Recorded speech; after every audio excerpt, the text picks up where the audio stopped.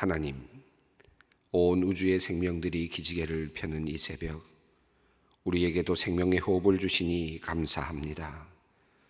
그저 지구의 한편에서 작은 땅을 차지하며 살아가는 우리들이지만 하나님께서는 우리를 귀하게 보아주시고 늘 섬세하신 손길로 만져주시고 사랑해 주시니 참 감사합니다. 많이 부족하고 흠도 많지만 오늘도 주님께서 우리를 향하여 긍휼을 베풀어 주시며 우리를 도와주실 것을 믿습니다. 하나님, 우리의 삶은 늘 고단하고 피곤합니다. 우리 안에는 과거의 어두운 그림자들이 깊숙이 들어와 있으며 미래에 대한 강한 두려움이 우리의 생각과 마음을 지배하고 있습니다. 하나님, 지친 우리의 영혼과 마음을 주님께서 지켜주시옵소서. 주님께서 펴신 팔과 강한 손으로 우리를 붙잡아 주셔서 우리를 안전한 곳으로 인도해 주시기를 간절히 기도합니다. 복잡한 생각들이 우리를 괴롭힐 때에 우리에게 단순한 마음 주시고 모든 일들을 긍정적으로 생각하며 부정적인 생각들을 자리하지 못하게 하시고 오직 하나님께서 주시는 평안과 기쁨으로 저 앞에 보이는 아름다운 세계를 소망 중에 바라보며 달려갈 수 있는 우리 모두 되게 하여 주시기를 기도합니다. 사랑의 주님, 오늘은 세상에 나가 사업을 하거나 직업을 가지고 살고 있는 성도님들을 위해 기도합니다. 이득을 추구하는 이기적인 인간들이 살아가는 이 세상 나라의 질서 속에서 자신의 삶을 영위하기 위해서, 가족을 부양하기 위해서, 자신의 삶의 의미를 이루기 위해서 사업을 하거나 일을 하는 많은 성도님들을 하나님께서 기억하여 주시기를 기도드립니다. 우리 성도님들에게 다른 이들이 갖지 못한 지혜를 주시고 능력을 주시고 힘을 주시옵소서. 좋은 아이디어를 주시며 일을 추진할 수 있는 용기도 주시며 일을 할 때 도움을 줄 사람들도 보내어 주시옵소서. 바르게 일하고 정직하게 일하며 사랑으로 함께 일하면서도 세상의 경쟁에서 뒤지지 않게 하시고 도리어 하나님의 영광을 드러내고 모든 사람들에게 모범이 되고 귀감이 되게 하여 주시옵소서. 혹시 이들이 사업을 하다가 일을 하다가 주님께 기도하며 도움을 요청할 때에는 주님께서 달려오시어 도움이 되어 주시고 모든 필요한 것들을 공급해 주시고 안전한 길로 인도하여 주시기를 원합니다. 코로나19의 상황이 당황스러운 가운데 있지만 그래도 꾸준하게 하시고 성실하게 하시고 최선을 다하게 하시어서 예상하지 않았던 열매까지도 얻을 수 있도록 주님 복을 내려 주시옵소서. 사랑과 자비가 풍성하신 하나님, 이 나라를 위하여 기도합니다. 남한과 북한이 서로 대치하며 살아가고 있는 우리의 현실을 주님께서 아십니다.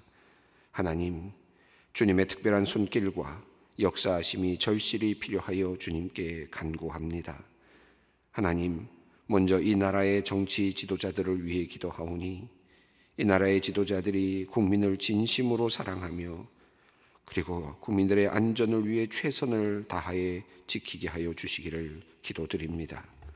국민들이 나라의 보호를 받으며 안전하게 살 수 있는 나라가 되기를 소망합니다.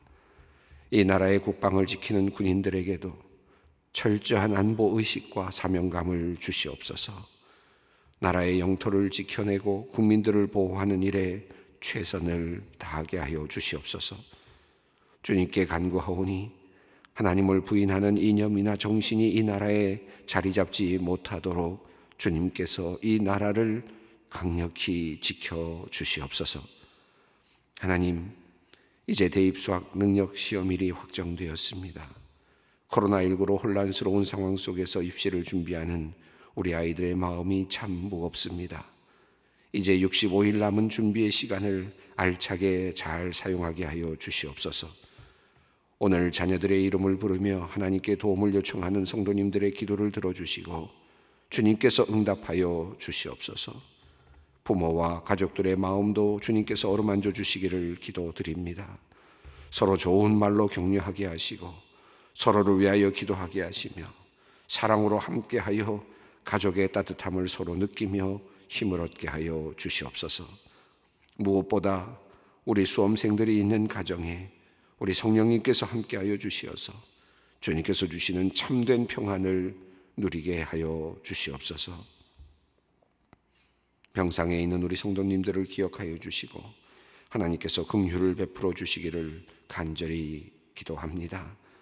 하나님께서 그들에게 치료의 광선을 비추어 주시어 그들이 주님께서 주시는 생명력으로 힘차게 다시 일어나게 하여 주시옵소서. 지난주 성묘를 다녀오다 넘어져 왼쪽 팔꿈치 수술을 하시는 권사님을 위해 기도합니다. 80이 넘는 고령이라 염려도 많습니다. 수술이 잘 이루어지게 하시고 후유증 없이 잘 회복되도록 주님 도와 주시옵소서. 급성 췌장염으로 중환자실에서 의식을 잃고 계시는 아버지를 위해 기도하는 집사님이 있습니다. 나흘째 고통 가운데 있습니다. 하나님 치유의 손길을 허락하여 주시고 기도하는 우리 집사님의 마음의 평안을 허락하여 주시옵소서. 사랑의 하나님, 코로나19 감염병이 세계를 휩쓰는 오늘도 해외 출장 중이거다 체류 중인 우리 성도님들이 있습니다. 가족을 만나기 위해 잠시 출국한 성도님도 있습니다. 유학 중에 있는 우리 청년들, 학생들이 있습니다. 하나님, 그들이 어디에 있든지 주님께서 불꽃 같은 눈으로 그들을 살펴주시며 보호하여 주시기를 기도드립니다. 건강하게 살아가며 주님께서 주신 생명의 시간을 아름답게 만들어가며 좋은 열매들을 많이 맺게 하여 주시옵소서. 하나님, 우리 중에 국방의 임무를 다하기 위해 군생활 중에 있는 성도 청년들이 있습니다. 부모님과 떨어져서 외로운 시간을 보내고 있을 우리의 자녀들에게 하나님께서 마음의 외로움을 제하여 주시고 평안의 마음과 건강한 정신을 창조하여 주시기를 기도드립니다. 군 생활의 경험이 앞으로의 인생에 큰 도움이 되고 의미 있는 일이 되도록 주님께서 이 시간을 값지게 만들어 주시옵소서. 하나님, 오늘도 우리들을 귀한 말씀의 자리로 인도하여 주시니 감사합니다. 우리 모두가 주님께서 주시는 말씀의 능력으로 오늘도 살게 하옵소서. 우리 주 예수 그리스도의 이름으로 기도 올리옵나이다. 아멘. 오늘 우리에게 주시는 하나님의 말씀은 사도행전 5장 7절로 11절 말씀입니다. 사도행전 5장 7절로 11절 말씀 우리가 함께 봉독하도록 하겠습니다. 3시간쯤 지나 그의 아내가 그 일어난 일을 알지 못하고 들어오니 베드로가 이르되 그 땅 판값이 이것뿐이냐 내게 말하라 하니 이르되 예 이것뿐이라 하더라.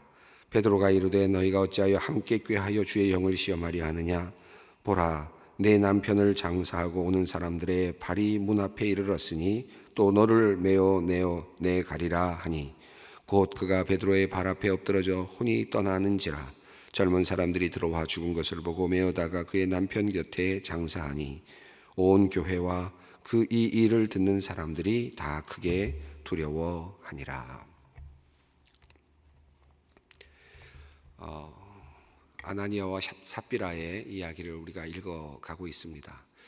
참 두렵기도 하고 또 납득이 되지 않기도 하고 이렇게 하지 않았으면 더 좋았을 텐데 하는 그런 또 아쉬움도 있는 그런 이야기의 흐름이죠. 초대교회가 성령을 받고 왕성하게 이제 성장해가는 과정 속에서 나타나고 있는 아주 슬픈 이야기, 불길한 이야기, 또 우리에게 두려움을 주는 그런 이야기입니다. 오늘 본문 마지막 부분에서 교회와 온 교회와 또 이 일을 듣는 많은 사람들이 크게 두려워하였다라고 이야기를 하는데 초대교회가 이제 막 이제 성장해가는 그런 과정 속에서 이와 같은 일이 일어났다는 것이 참 안타깝습니다. 성령께서 강림하시고 온 그 성도들이 함께 그 성령의 강림 안에서 아주 정말 있을 수 없을 것 같은 그런 공동체를 지금 만들어가고 있습니다.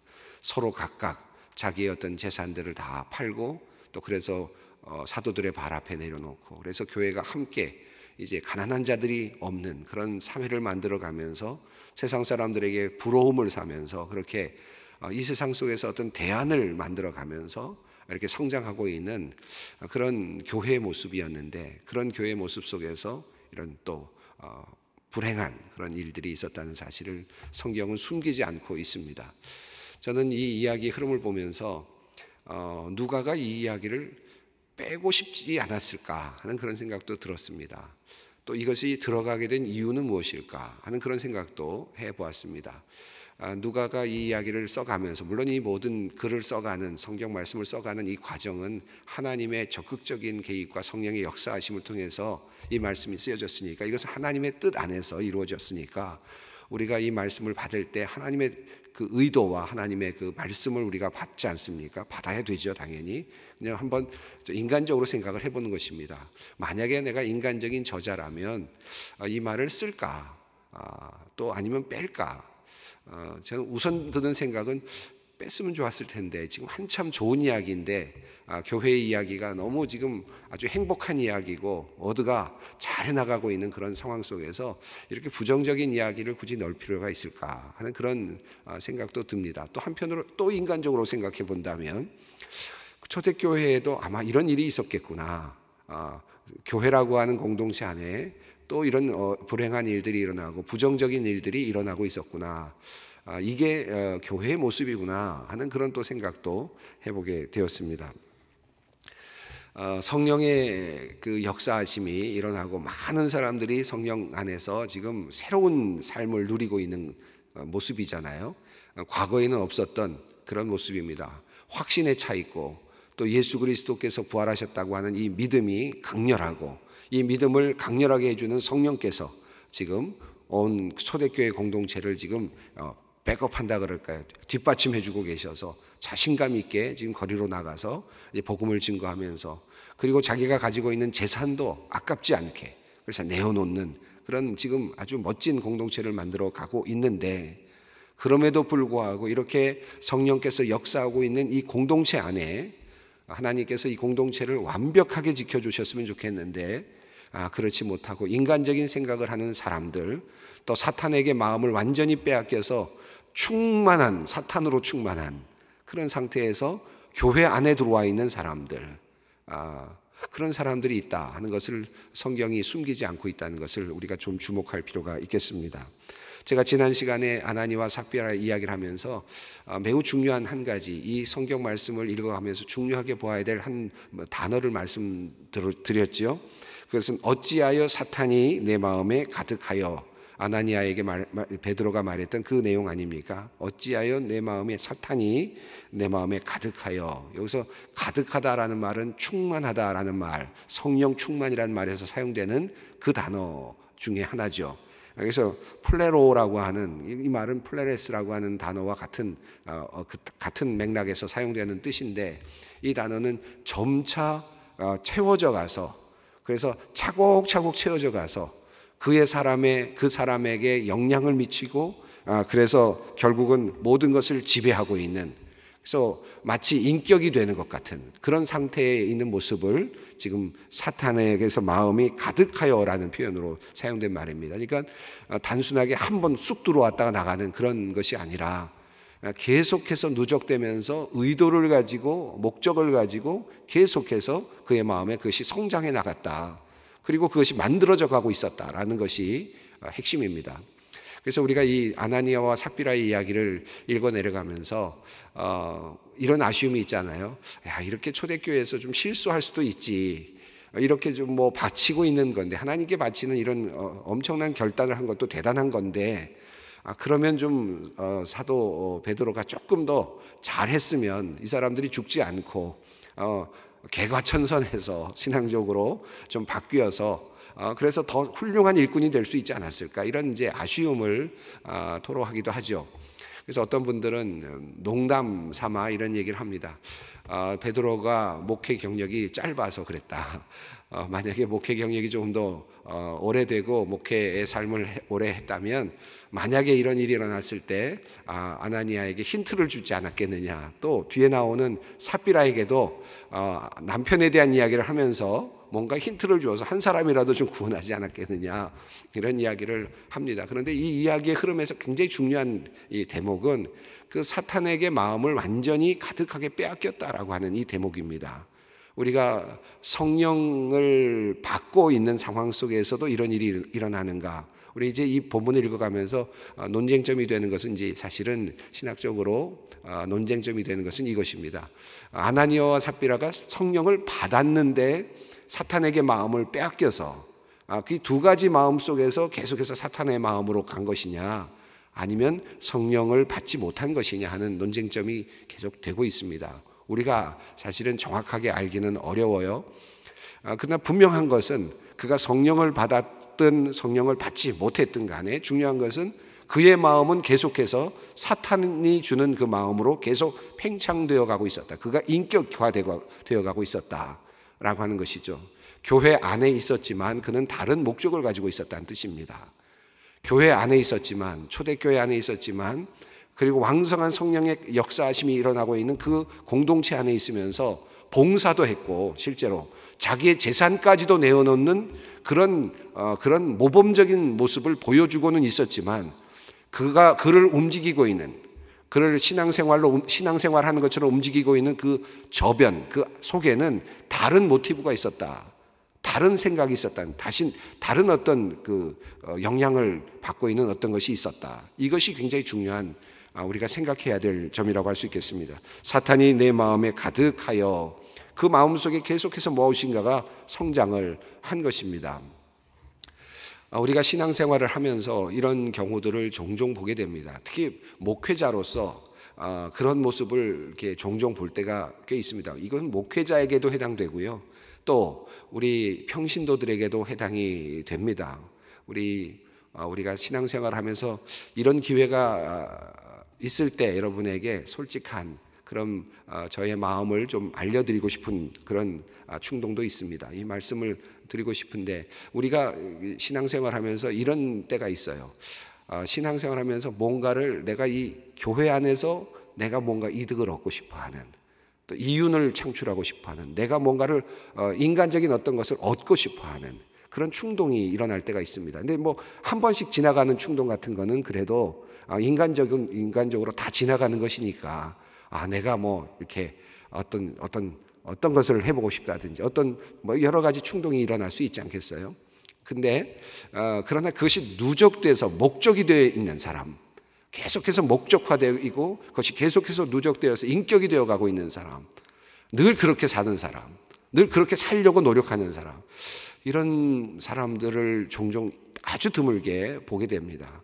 사실 그런 분들의 인생은 참 불행합니다. 하나님 앞에 나왔는데, 사실 하나님 앞에 나와서, 전능하신 하나님 앞에 나와서 그분 앞에 마주 대하고 삶을 살아가고 있는데 하나님을 속이고 있는 참 안타까운 그런 모습들을 보게 됩니다.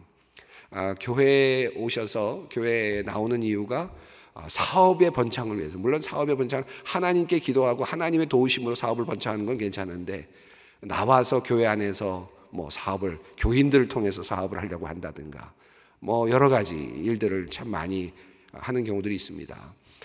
최근에 이제 그 코로나19가 이렇게 계속 번져가면서 자꾸 이렇게 교회 안에서 발생하는 사건들이 있었는데, 그 사건들 나오는 이야기들 중에 상당히 많은 이야기들이 다단계라고 하는 이야기가 나왔어요. 여러분, 이게 교회 안에 사실 굉장히 많이 이렇게 나타나는데, 물론 교인들을 돕기 위해서 그런 일들을 할 수 있습니다. 근데 그 안에 자기 자신이 알 거예요. 근데 이 목적이 그것이 되는 것은 옳은 것은 아닙니다. 하나님 앞에 서 있는 것이고, 또 하나님 앞에서 우리가 신앙생활 하는 것인데 하나님을 속일 수는 없습니다. 그래서 우리가 하나님께 온전하게 헌신하고, 그리고 하나님께서 내려주시는 그 복을 누리는 것이지, 내가 의도를 가지고 내가 스스로 뭔가를 만들어 가려고 할 때 큰 문제가 생길 수 있다는 사실을 이 본문을 통해서 한번 깊이 생각해 보았으면 좋겠습니다. 아나니아와 삽비라가 왜 이런 일을 했을까요? 자기 재산을 팔았어요. 손해본 거 아닙니까? 어쨌든 자신의 재산을 팔면서 얼마를 남겼습니다. 남기는 것은 뭐 필요에 따라서 남길 수도 있었겠죠. 앞서도 나왔지만은 얼마든지 그렇게 할 수도 있었어요. 근데 속였어요. 다 팔았다고, 다 드린다라고 속였습니다. 그가 원했던 것은 무엇일까요? 조금 드리지만, 내가 완전하게 드리지 않지만 하나님께 바침으로써 내가 이 교회 안에서, 초대교회 안에서 영향력을 얻기 위해서 지금 바치는 것이었을까요? 혹시 그 마음속에 어떤 또 다른 명예를 얻기 위해서, 칭송을 받기 위해서 그랬을까요? 그 목적이 무엇인지는 정확히 알 수는 없죠. 그러나 지금 그가 바치는 행위 속에는 또 다른 이유가 있었다. 근데 그 이유는 지금 베드로가 지적하는, 성령을 통해서 지적하는 바에 의하면 사탄이 마음에 가득하여였다 라고 하는 사실을 우리가 알 수 있습니다. 우리가 이 말씀을 읽어가면서 우리가 교회 생활을 할 때 어떤 마음으로 교회 생활을 해야 될 것인가를 한번 깊이 생각해 보았으면 좋겠습니다. 자, 오늘 이제 삽비라에 대한 이야기가 이어지는데 7절 말씀 읽어보겠습니다. 3시간쯤 지나 그의 아내가 그 일어난 일을 알지 못하고 들어오니, 8절입니다. 베드로가 이르되 그 땅 판 값이 이것뿐이냐 내게 말하라 하니 이르되 예 이것뿐이라 하더라. 이 대목에서 베드로가 좀 이 말 하지 말고 아나니아가 지금 어떻게 됐는지 아느냐라든지 속이지 말아라든지 뭐 먼저 그런 좀 이야기를 해줬으면 좋겠는데 그냥 단도직입적으로 물었습니다. 땅 판 값이 이것뿐이냐라고 말했을 때 예 이것뿐입니다 라고 말합니다. 이 말 속에는 아마 이 말을 하려고 할 때 삽비라의 마음에는 이런 생각이 있었을 것 같아요. 갑자기 마음에 그 뭐랄까 약간의 그 두려움이 어떡하지 하는 마음이 있었을 거예요. 그러나 한편으로는 그래도 남편하고 약속한 말이 있는데 우리 이거 다 파는 걸로 하자라고 말했던 말이 있는데 신의를 지키자라고 하는 그런 마음으로 네 그렇습니다라고 말했겠죠. 남편과의 신의는 지켰죠. 남편과의 신의는 지켰을지 몰라요. 근데 문제는 지금 하나님 앞에 그가 있다는 사실을 정확하게 인지하지 못했습니다. 우리가 살면서 신앙생활 하면서 뭐 요즘에 총회 문제도 그렇고 교회 문제도 그렇고 뭐 여러 가지 문제들을 보면서 정말 하나님이 살아계시다고 믿나? 하나님이 정말 계시다고 믿는 그런 행동인가? 하는 그런 생각들을 하게 될 때가 참 많습니다. 정말 잊어버리고 사는 것 같아요. 그런데 교회는 나오고 교회 생활도 하고 또 뭐 교회 큰 일들도 하시는 분들도 많습니다. 저를 포함하여서 참 우리가 늘 고민하고 늘 진단해야 될 부분이라고 생각합니다. 정말 하나님 앞에 서 있나? 우리가 코람데고라는 말을 종종 쓰는데 하나님 앞에서 하나님 앞에 정말 서 있나? 근데 지금 삽비라는 지금 성령의 역사하시는 그 공동체 안에 들어와 있음에도 불구하고 하나님 앞에 자기가 지금 아주 적나라하게 서 있다고 하는 의식이 없었어요. 이게 굉장히 지금 치명적인 실수라고 생각합니다. 누가가 이 이야기를 인간적으로 의도적으로 이 안에 넣었다고 한번 생각해 보더라도 누가가 넣는 이유는 뭘까요? 하나님 앞에 서 있으면서도 그것을 인지하지 못하고 있는 그런 신도들을 향한 강력한 경고가 아닐까 하는 생각이 듭니다. 9절 말씀을 읽어보겠습니다. 베드로가 이르되 너희가 어찌 함께 꾀하여 주의 영을 시험하려 하느냐? 보라 내 남편을 장사하고 오는 사람들의 발이 문 앞에 이르렀으니 또 너를 메어 내에 가리라 하니. 이 아나니아에게 이야기할 때도 뭐라고 했느냐 하면 성령을 속이고 라고 말했고, 그리고 9절에서 삽비라에게 이야기할 때도 주의 영을 시험하여 라고 그렇게 이야기했습니다.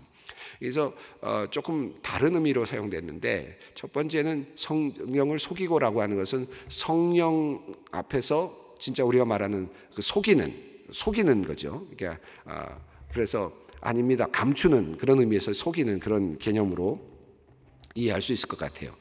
근데 이 뒤에 나오는 그 지금 삽비라의 이야기는 주의 영을 시험하여라고 하는 이런 말 속에서 우리가 알 수 있는 것은 조금 다르게 볼 수도 있을 것 같습니다. 여기서 말하는 건 하나님께서 오래 참으신다. 하나님께서 알지만 그래도 우리에게 자비를 베풀어 주신다.